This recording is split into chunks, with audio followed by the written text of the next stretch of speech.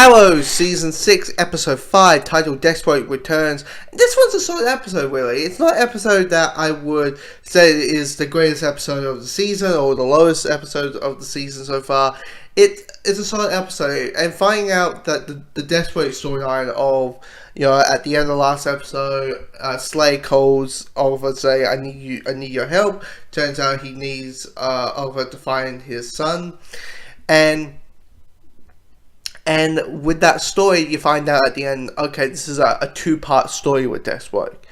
And to the point, my comments on the story, personally, I can't really have an opinion until next week, until the conclusion of this Deathstroke storyline. Now, when Slade is in the outfit, at the end, just hacking some fools, I was like, yep, this is awesome. Yep, this is an awesome scene. I love it. And him cutting and slicing and shooting and doing both while heading to the gym and trying to find his son. It's a wonderful scene.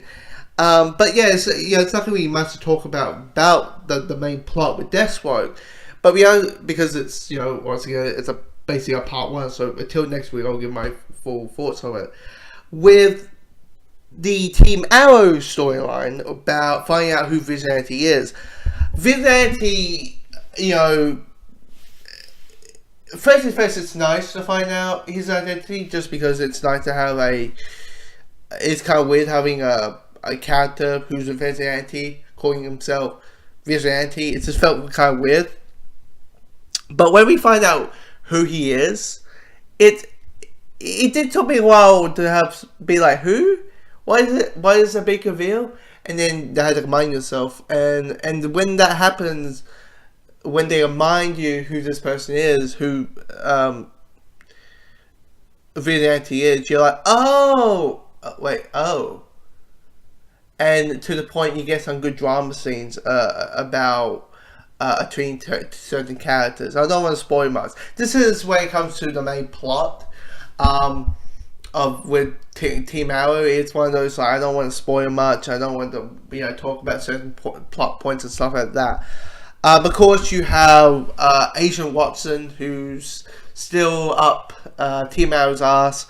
I'm waiting for her to be a character, because at the beginning, she was the stereotypical FBI sassy FBI agent, and I'm waiting for her to be a character. I'm waiting for her to have a little bit more depth, and then her being a hardball and be like, where were you? Well, it doesn't say, Mr. Dingle, why are you here? It didn't say in your file, so you better talk to me. I'm like, dear. It's like, for me, I was like, I want her to be a character. I'm waiting for her to be a character. But, we have, not including the crossover, 3 episodes till, mid-season. We got episodes 6, 7, and 9. So, I hope